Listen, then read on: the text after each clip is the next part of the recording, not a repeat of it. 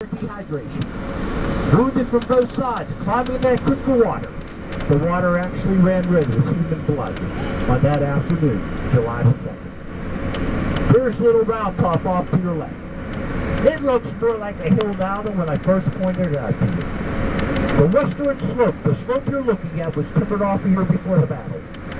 That hill was as bald that July afternoon as what you see right there. And then I told you the Sickles line would enter the place called the Devil's Den. That's this area coming up on your right. A huge jumble of rocks and boulders. Looks like it was all thrown together by some giant hand. Devil's Den.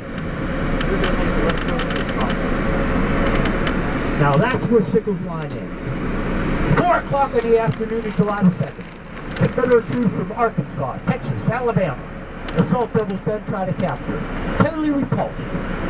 Finally, a brigade of Georgians under Henry Benning, and Fort Benning, Georgia's named for him today, will capture Devil's Den. They turn it into a huge sharpshooter's position. It is almost 500 yards from Devil's Den to the Sumner Little Round Top. Confederate sharpshooters in amongst the rocks, picking Union officers and men off in Round Top.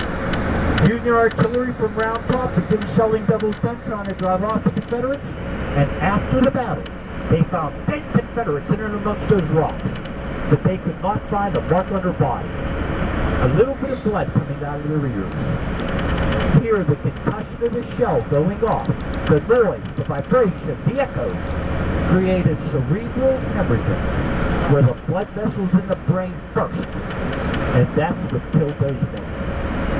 So you might have looked at it and said, boy, that looks like a good place to hide. You want to change your story real quick.